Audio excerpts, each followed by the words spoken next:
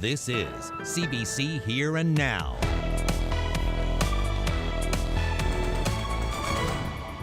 Come Monday, we will be able to open up a little bit more, from businesses to simply being able to see some more family and friends. Provincial COVID restrictions will ease next week. We'll tell you which businesses can open and the new rules for travelers. We have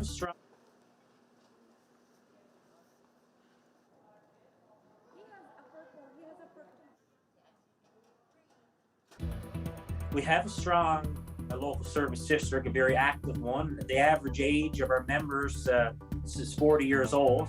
A regionalized province. How do people react to that plan? Coming up on Here and Now. The weekend is near, so naturally there's a storm on the way. We've got rain, freezing rain, and snow potential for parts of the province. Good evening and welcome to Here and Now. I'm Peter Cowan. And I'm Carolyn Stokes. We start tonight with changing COVID restrictions. That's right. The province is loosening rules for travelers and for some regular activities. As of Monday, the alert level is changing to a new modified alert level 3. Today, the Premier made the case that the situation with COVID has improved, so it's time to open up a little more. Things are cautiously moving in a positive direction. Infection rates and number of cases in the province have both been steadily trending downwards. We are in our second week of schools being back in the classroom for learning. Parents and teachers have been giving it their all, and the attendance rate is consistently over 80%. As with easing of the previous restrictions, we've gotten to this point today because the people of this province have been following public health guidelines. So let's look at those new guidelines that are changing as of Monday morning as we move to alert level 3. Gyms and fitness facilities will be at 50% capacity instead of a quarter. Bars can reopen at half capacity, but dance floors will remain shut down and you can only eat or drink while you're seated.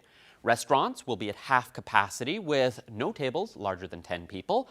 Movie theaters and arts centers, as well as bingo halls, can open at 25% capacity with a maximum of 50 people in a room or theater.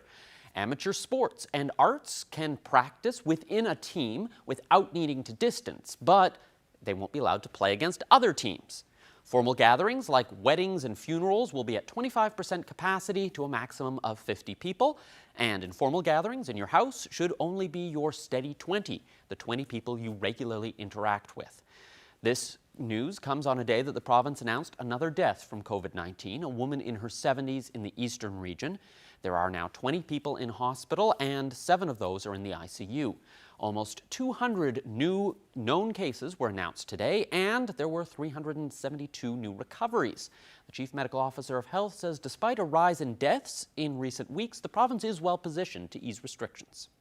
Are going to continue to see cases, and getting back to zero like we have done previously is just, it's not an expectation that we can meet at this point. It's just the virus doesn't, its behavior doesn't allow us to do that. So we have to remember that first and foremost, and then we have to remember that we have the tools to be able to protect ourselves. So getting vaccinated, getting boosted, those are all very important.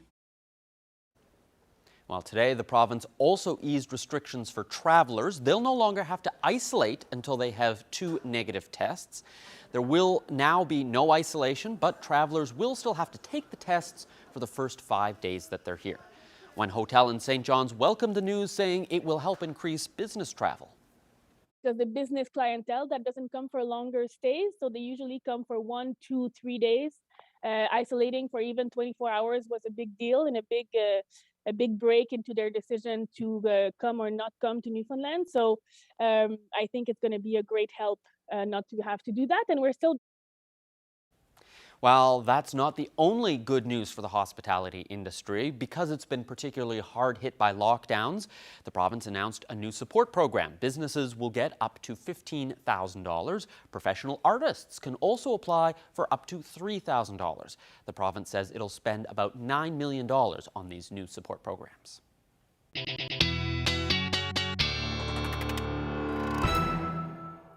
Not a bad day out there today, especially in the east. However, we are starting to see things change after a quiet couple of days, or at least a quiet start to the week. Let's take a look at what's going on right now. So a ridge of high pressure, that's what was keeping things quiet, but we have that area of low pressure and that cold front extending from it, which if you take a look, extends all the way down to Mexico, and that is prompting a number of warnings in its out ahead of it, I should say. Winter storm warnings all the way down through Texas, and a mess of warnings up across the maritime provinces as well as Newfoundland. So taking a look at what is happening, we've got an Arctic ridge of high pressure there. If I zoom in a little bit, you can see, and the cold is gripping Labrador as we speak. Extreme cold warning in place, with those wind chills dipping tonight anywhere from -45 to -50. Now, some of that cold air is going to play into the forecast for the island. I'll have those details when I come back.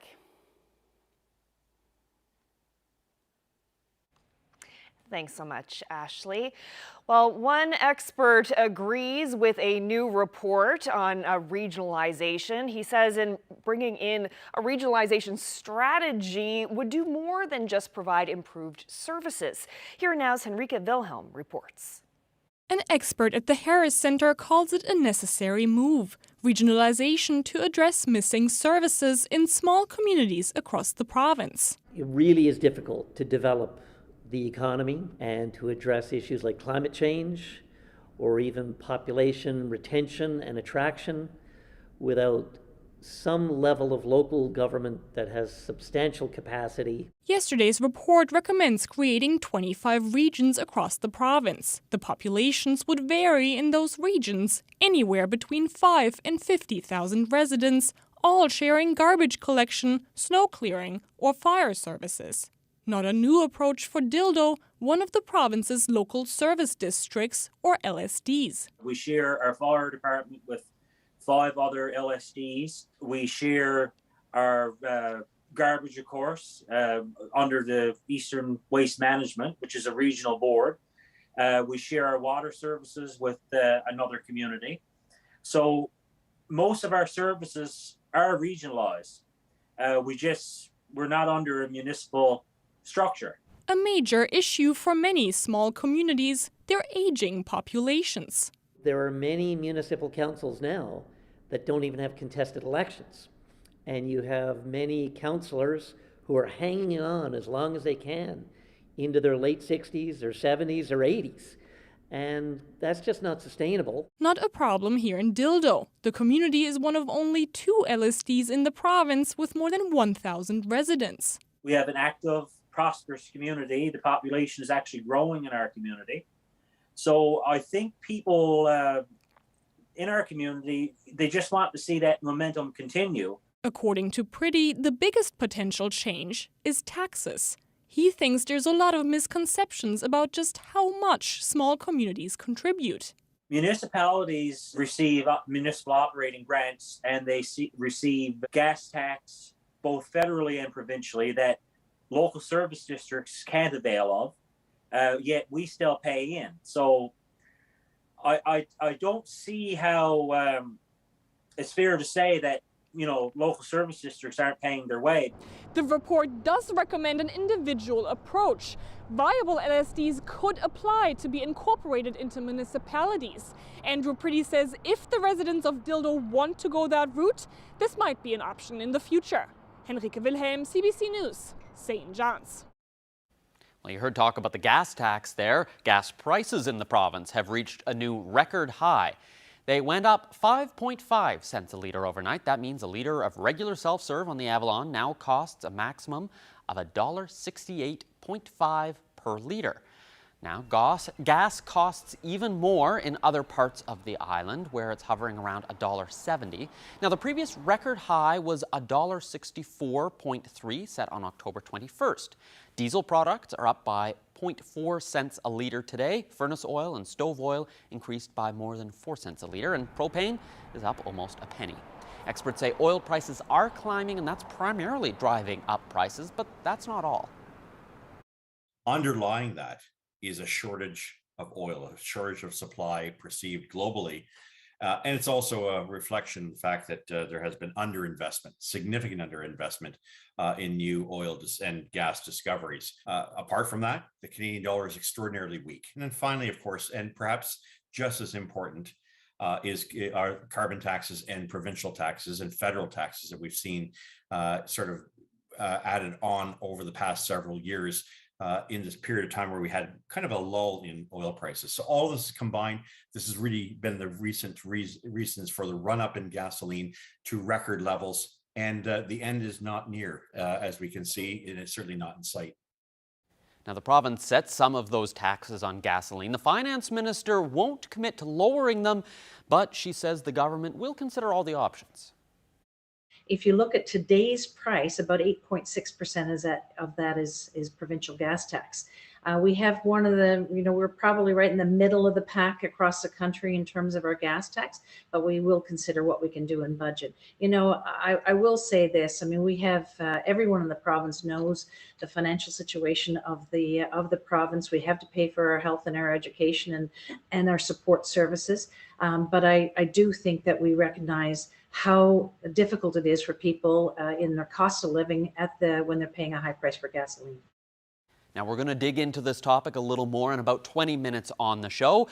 I'll talk more with the finance minister, who will tell us why, in fact, they may be raising gas prices later this year. Well, speaking of oil production, there are increasing signs that the on-again, off-again Bay-du-Nord development could soon become a reality.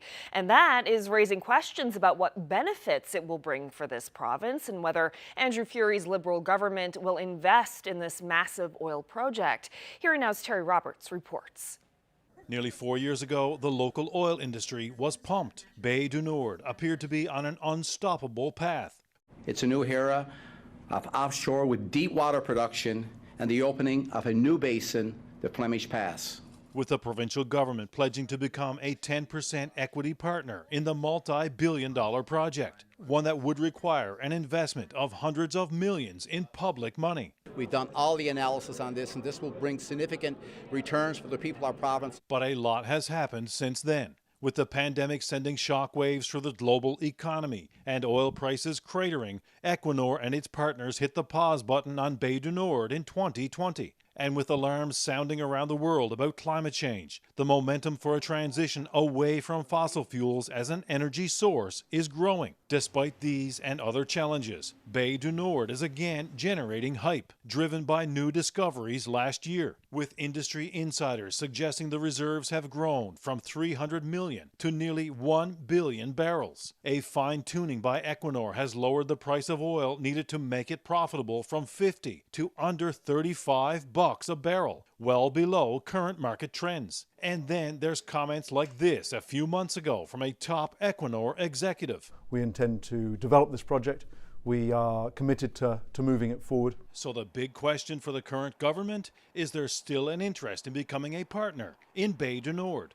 It's still there as an option. No decision has been made on that at this point. That's a conversation piece going forward. There's another hurdle in the way of public investment. Last year's sweeping report by the government's economic recovery team, lead author Moya Green said a small province such as Newfoundland and Labrador should not be an owner of oil production facilities. It's not a core function of government. Green also recommended that the province sell off its 3 existing oil assets when the time is right. Just how much influence will Green's report have on any government decision? It's another body, certainly one that's respected and appreciated, but this is a government decision.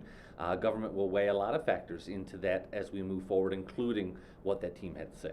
The 2018 Framework Agreement promised certain benefits to the province, including billions in direct revenue over the life of the project, and a minimum amount of construction activity related to Bay-du-Nord. Now that the project is much larger, will the province be pushing for enhanced benefits? Parsons would only say the government will not accept anything less than was proposed 4 years ago. We are engaged with Equinor to continue on with that when it comes to the benefits agreement, when it comes to the work that's done here in province, the fabrication, the R&D, things like that. As for climate change concerns, Parsons says there remains a big demand for oil and he believes this province should help meet that demand. And we have a province and a government-run services to provide, and this plays a large role in that. To walk away from that, I don't think would be fair to the citizens of this province. If we drop out of this now, I can guarantee you these other jurisdictions aren't. So why would we do that to ourselves when these other jurisdictions have plans to continue on and to use that resource while there is absolutely demand for it? Bay du Nord is still not assured. Equinor could find out next month whether the project receives the environmental green light from the federal government. And a final investment decision, says Equinor, could be 2 years away. Terry Roberts, CBC News, St. John's. Memorial University is losing one of its vice presidents. Florentine Strelzik has accepted a job at Western University in London, Ontario, just 5 months after taking the job at MUN. Strelzik is the current VP of Academic and Vice Chancellor. She's also Provost, which is the person who sets the academic priorities for the university. She'll take on the same position at Western. A release from MUN says she's leaving for personal reasons and will finish up the end of April.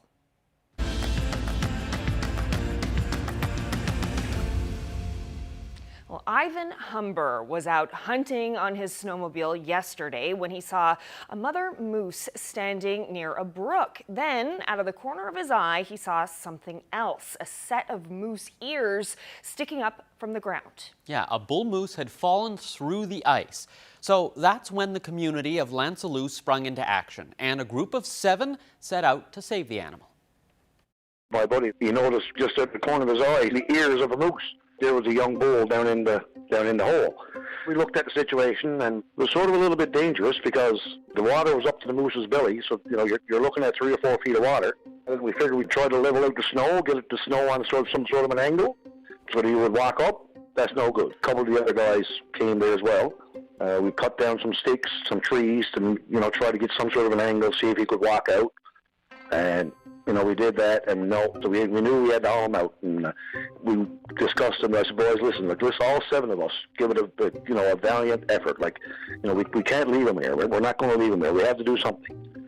We got the rope around him, and all 7 of us pulled together, and sure enough, we got him to come up the bank a little bit, and we all pulled again. He came up on the hard snow, and as luck would have it, when he came up, whatever way he moved, the rope just came over his head, and he trotted off to mommy. Oh, that's great. Nice happy ending. And the group did contact wildlife to let it know about the moose, but they were hours away. Yeah, turns out all you need is a rope and a bit of hard work. Yes, and a kind heart and determination, I would say. So congratulations to everyone on a job well done.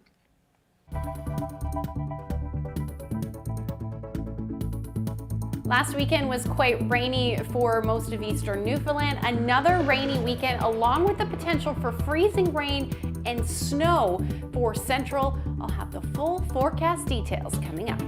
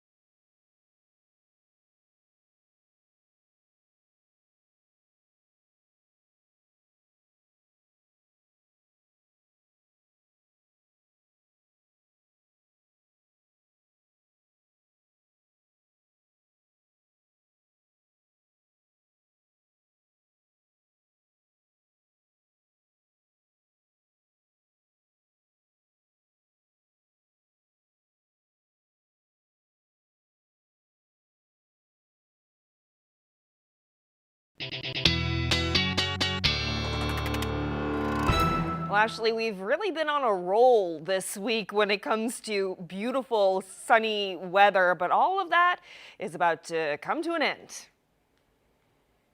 It certainly is. It was a tricky forecast today for sure out there as we start to see our next system roll in. And out ahead of that, we saw some warm temperatures today. Let's take a look at what was out there across the province. Temperatures into the single digits on the plus side of the mercury for a good chunk of the island, well, all of the island really. And even seeing some of those mild temperatures towards Mary's Harbour, 2 degrees, Cartwright -1. And then again on the cold side of that, temperatures about -14 for Lab City today. However, your temperatures will dramatically drop as we head through the night tonight as some of that colder Arctic air starts to move in. Taking a look at the satellite radar right now, again, we don't have that radar on the west coast, but some of the radar from Nova Scotia is picking up that rain and even some mixing, it looks like, for central and eastern Newfoundland at this point. And that's generally going to be the story as we head through the night tonight along that cold front, which extends all the way down through Mexico, bringing messy winter weather. Now, on the other side of that cold front's where all that Arctic air is, and to the south of that is some of that milder air, which is why we're seeing some freezing rain potential. Now that cold front also is pulling all of that moisture from Mexico. And like we saw last weekend, we saw that atmospheric river setup with all of that rain. It looks like a similar setup for this weekend. By the time we get into Saturday, we're going to start to pull a lot of that moisture in, and we could see some significant rain with this one starting Friday and then through the day on Saturday. So as far as rainfall amounts go, now this just takes us through to Saturday morning. You can already see this model showing somewhere between 75 to 100 millimeters. And then as we start to see that atmospheric river move in, we could see for the southern Burin Peninsula as well as the southern Avalon, some of those areas will likely exceed 100 millimeters of rain. So after all of that rain last weekend is definitely something forecast to pay attention to. So no surprise that there are rainfall warnings all the way from the southern Avalon, Burin Peninsula, as well as the Canagra Peninsula. And then that pink there, freezing rain warning. So we have that for the Burin, Canagra, and then northern Avalon. And then on the other side of that, winter storm warnings and then snowfall warnings the further west you go. So lots to talk about. Now, as far as that freezing rain potential goes, it does look fairly significant. Now, some areas for the northern portion of the Burin Peninsula, even the northwest Avalon, showing potential to see 20 to 30 millimeters of freezing rain. Now, when we start talking about that, we could see some extended power outages, and the time frame for that would be through the day on Friday and into Saturday morning. As the system continues to track a little bit further in, it does look like that freezing rain potential will head a little bit further north. Now the track very dependent on this freezing rain forecast here, but you know, for a couple of hours on Saturday, areas like Gander, Bonavista North, even Terra Nova could see that transition through to ice pellets and or freezing rain for a couple of hours. So right now, the track, what we're looking at is the potential for showers tonight, changing over to snow for a good chunk of the island. Now, eastern Newfoundland should see that stay as rain. And then as we get into tomorrow early afternoon, that's when that freezing rain potential and or ice pellets kicks in. You can see that transition through to northwesterly winds. And that's when some of that colder air will move in. Expecting the heavy snow to continue for central, northeastern, and southern Newfoundland through the day on Friday. But again, that freezing rain potential. Then as we get into Friday night, that's when the transition through to rain, which as you can see there, looks pretty heavy at times, into Saturday night and continuing, or rather Friday night into Saturday morning, and then continuing through a good chunk of Saturday. So definitely a messy weather weekend. But as far as snowfall potentials go, most pointing at somewhere between 40 to 50 centimeters of snow. And as we head into Sunday, that could exceed 60 centimeters. So definitely looking at a messy weekend. I'll have some details, a little more when I come back.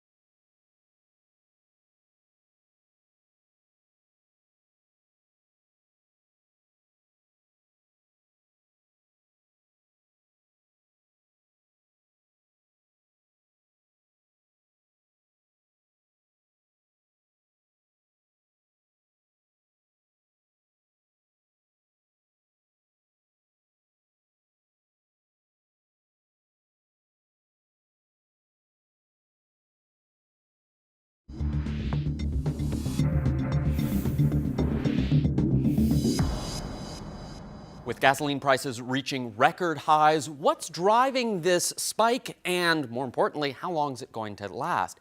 Dan McTeague is head of Canadians for Affordable Energy. Thanks so much for joining us. Oh, good to be here, Peter. Okay, so let's talk about the current prices that we're seeing right now. Why are we seeing these record highs? Well, a couple of factors. Most importantly, oil has moved up from $74 a barrel. That's West Texas Intermediate, which is the North American benchmark. Brent at about 76, used very much throughout the Atlantic Basin, from $76 a barrel. That's up to about 90, 89.90, while WTI has moved up to about $87, $88 a barrel right now and threatening to move to 90. That's been about roughly speaking, a $13, $14 a barrel jump. And that's one of the main factors driving prices. Underlying that is a shortage of oil, a shortage of supply perceived globally, in which the world is probably short about 2 million barrels a day from its actual demand. And that demand is surging as we emerge from the variations of COVID that we've seen over the past 2 years.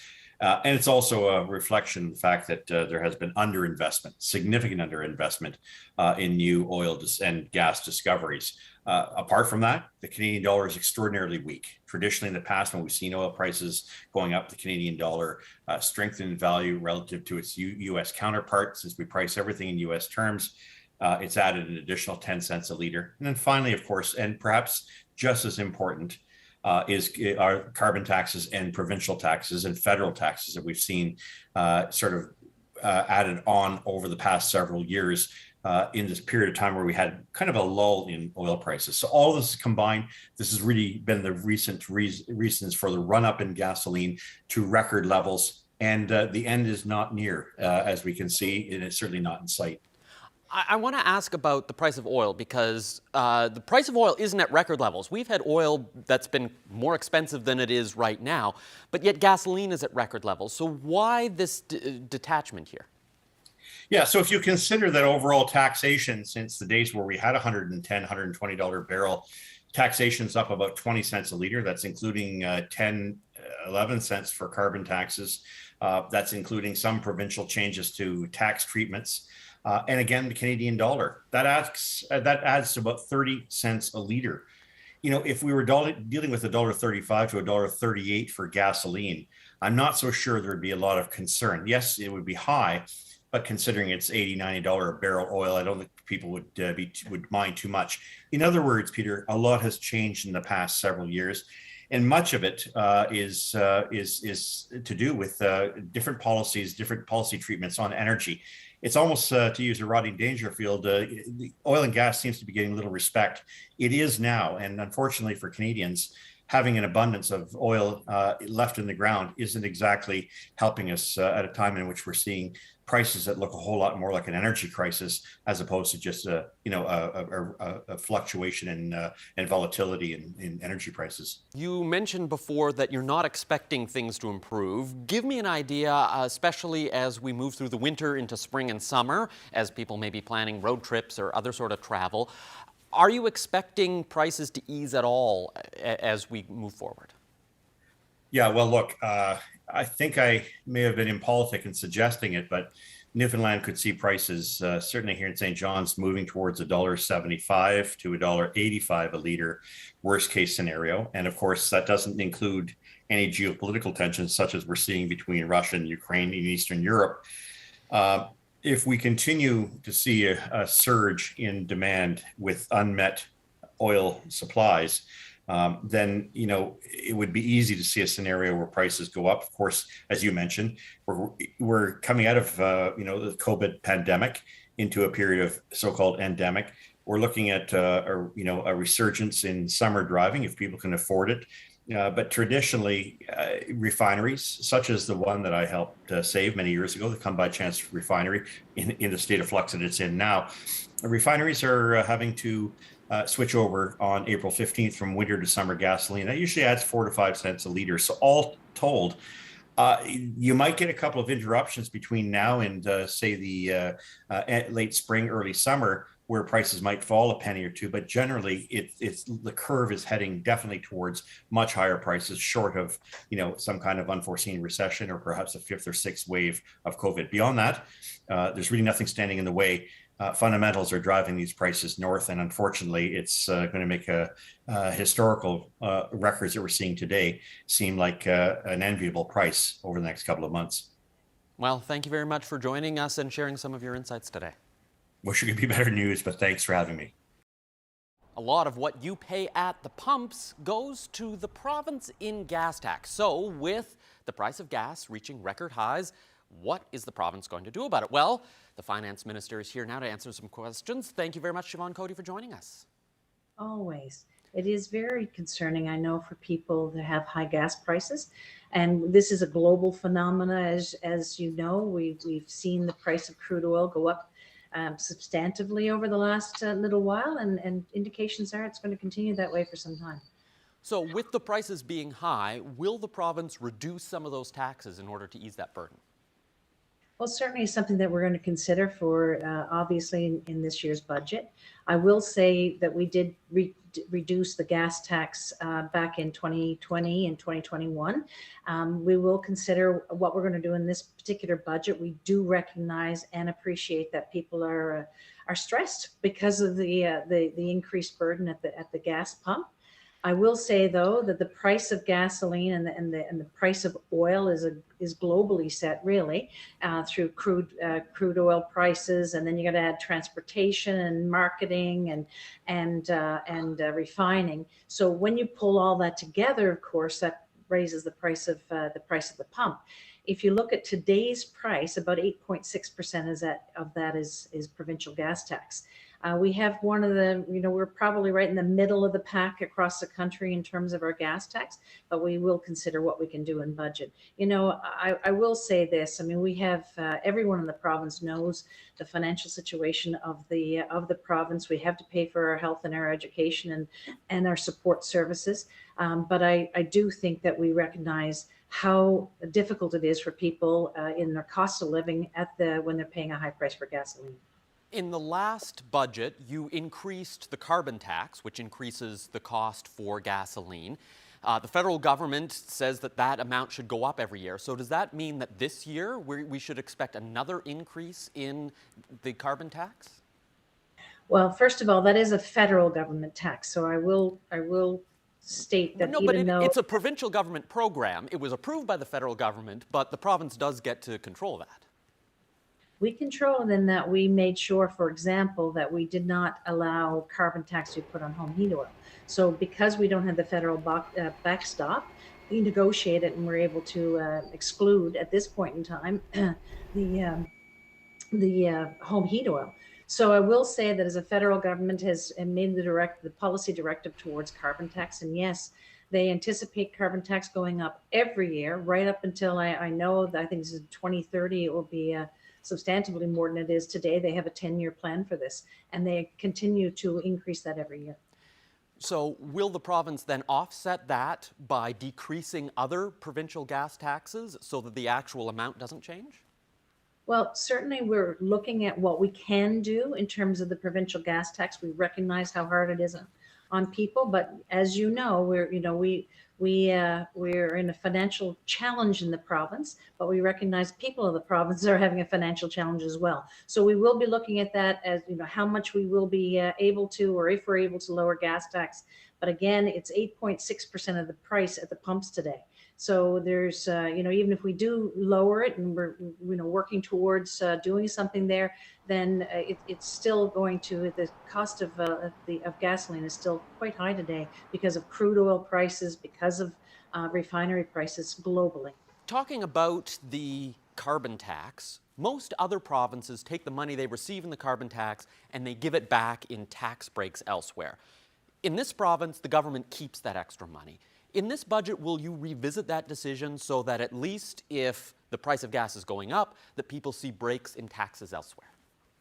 Well, in other jurisdictions, they don't have the backstop. So, for example, they would be paying carbon tax on their home heat oil. They would be paying carbon tax on other things that they are currently exempt from because the province of Newfoundland and Labrador has been able to negotiate with the federal government.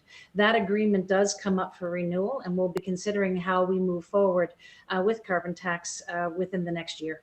One of the other things that has increased the price is the fact that Come By Chance isn't producing gasoline, so the PUB approved extra money for gasoline distributors. Does the province have any control over that 5 cents or any ability to try and get that either revisited or taken off again? Well, as you know, the Public Utilities Board is arm's length. They're independent of government. They make those decisions. They did increase it because, of course, the cost of transportation. Now that we don't refine it in the province, that gasoline has to be brought into the province. So they, if I'm sure the Public Utilities Board will look at gasoline prices. They are responsible for that, and they'll do their considerations. Finance Minister Siobhan Cody, thanks so much for joining us. Thank you.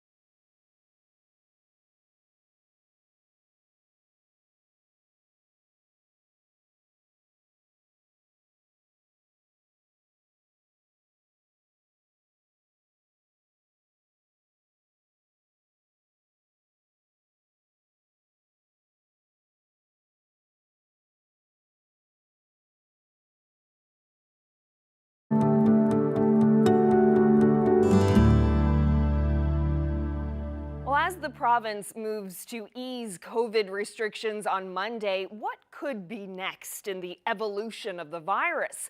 One development scientists are keeping a close eye on is the arrival of a new subvariant of Omicron called BA.2.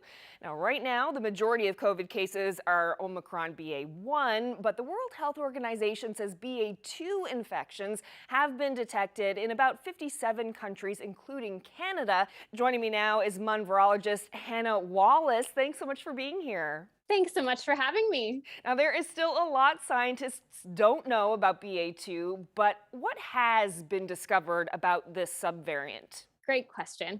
So first of all, we know that this is just a subvariant of Omicron that we've already been dealing with now since November when it was first identified. And basically a subvariant means that the virus has changed a little bit, which is totally normal. So I do want to stress that variants arising and changing is totally normal because viruses mutate.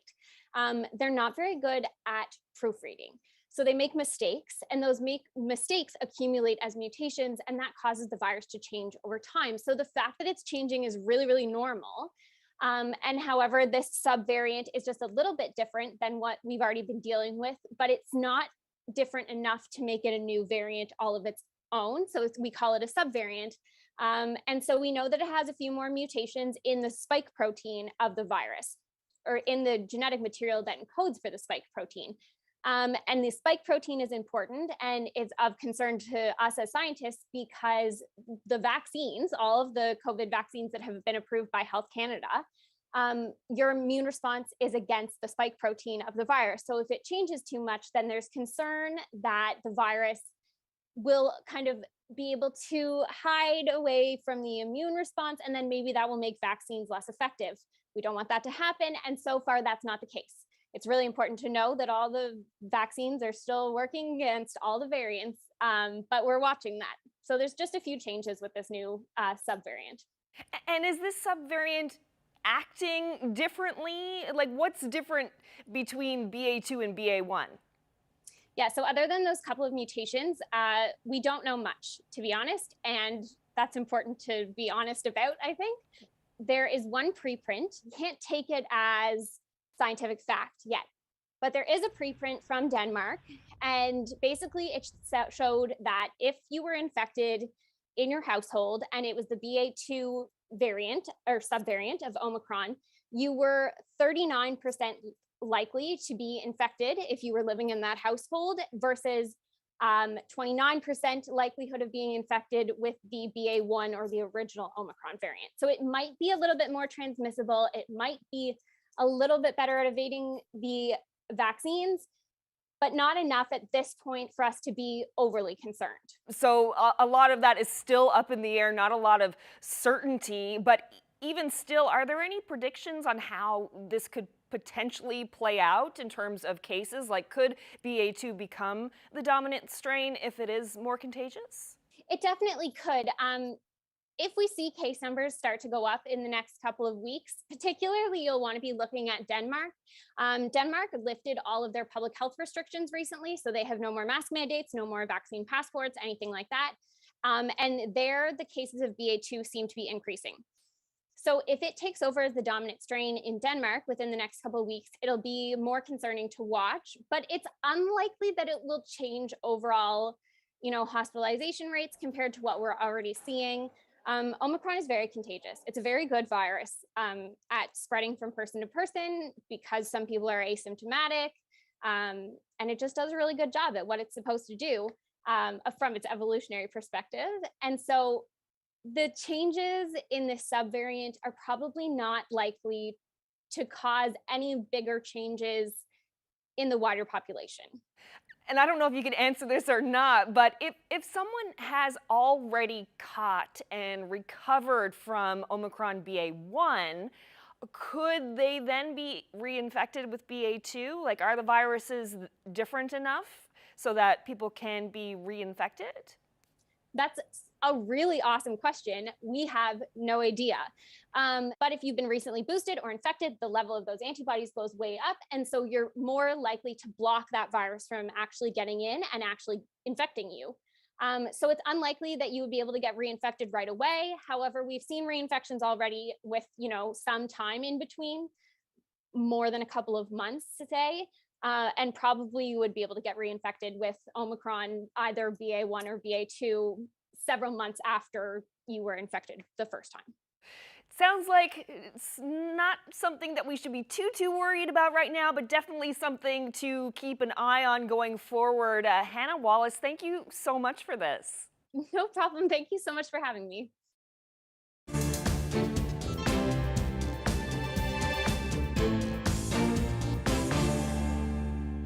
Organizers of the so-called Freedom Convoy 2022 spoke with the media today in Ottawa. Leader Tamara Leach believes COVID mandates are doing more harm than good.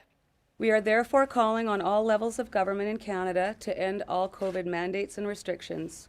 We will continue our protest until we see a clear plan for their elimination. She cited a number of countries that have already removed all mandates and restrictions. In the meantime, police in Ottawa are putting pressure on protesters who've been occupying the Parliament Hill area for the past 7 days. Ottawa police have been facing criticism over being slow to act, but the chief has said he worries for public safety and the possibility of violence. Today, the Prime Minister says he does not plan to call in the military.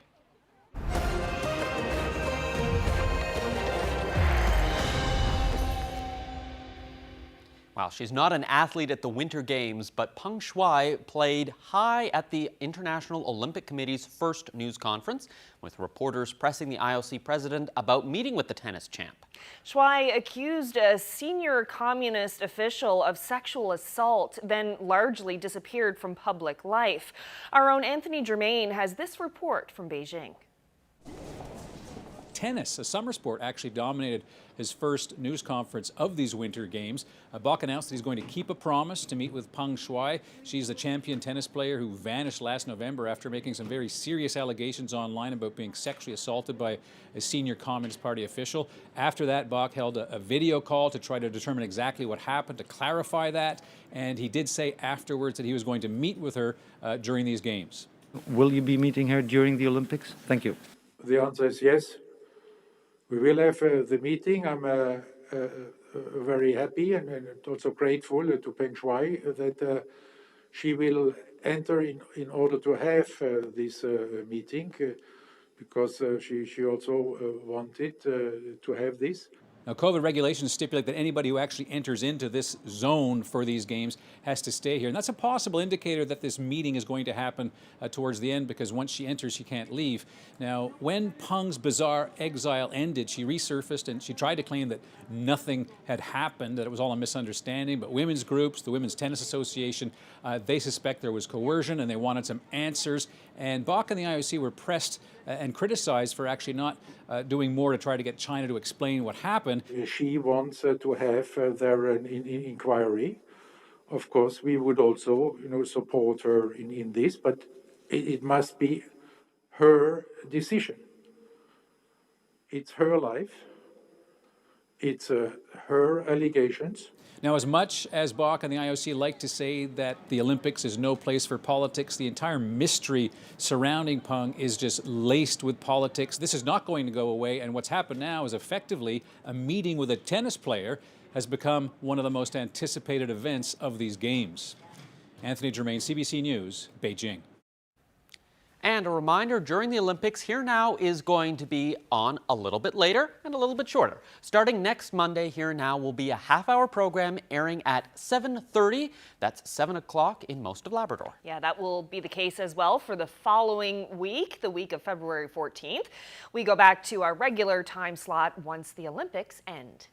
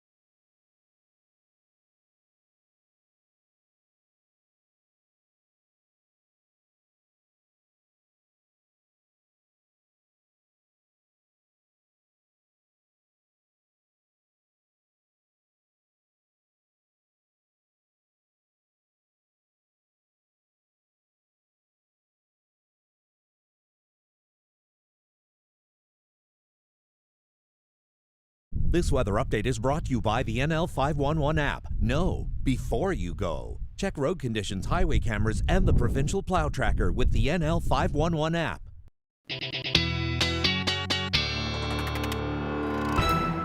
Lots of messy weather on the way. Ashley, what time will we start to see conditions change tomorrow? Well, that's where the tricky part of the forecast comes into play tomorrow, because we're going to start to see those temperatures drop, particularly for the northern Avalon, Burin Peninsula, into the afternoon. And that's when we'll see that chance of freezing rain or ice pellets. Now, how long that sticks around is what the models are having a hard time agreeing on. Let's take a look at the forecast for tomorrow. The one good thing about all of this is that the winds won't be an issue with this system. We'll actually see those winds ease through the afternoon, but the temperature dropping into around -1 for St. John's and again most of the northern Avalon. We should see that transition to freezing rain in the early afternoon and then continue right through the afternoon. By the time we get to the evening hours, that should transition back to rain, or to rain, I should say. Labrador, you're sitting this one out tomorrow. Lots of sunshine, but those cold temperatures will stick around. -25 for Lab City, -23 for Nain. Now, taking a look what happens Friday overnight into Saturday morning, that's when that rain-snow line starts to meander. So we're going to see it head a little bit further north and west. And that's when parts of the Bonavista North and even Gander could see that transition for a few hours through to ice pellets and or freezing rain. But overall, we'll see that transition back Saturday night to snow. So daytime highs for Marystown through to St. John's will be well above 0, but the rest of the island staying well below 0. And that's when we're going to see some of that significant snow through the day. The heaviest snow looks like Friday night into Saturday morning. Sunday does look like we should end as snow for the Avalon, and that will happen through the afternoon, and actually we should see some clearing skies through the day on Saturday. Temperatures will drop like a rock down to about -8 to -10, northern peninsula cooler than that, and then hanging on to those -20s up across the big land. Now, as we head through Monday, Tuesday, looking at a quiet start to the week, which is nice.